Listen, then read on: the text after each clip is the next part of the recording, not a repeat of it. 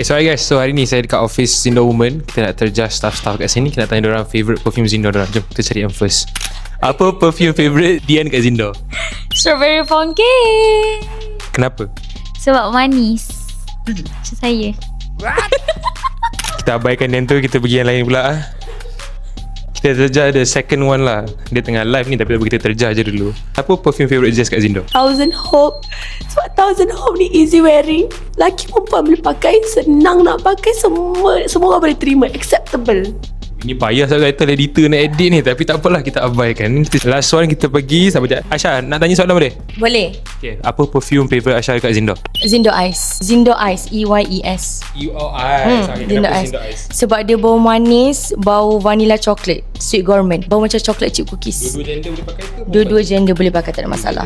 Korang dah dapat, korang just grab kat beg kuning atau masuk live kita untuk grab perfume ni.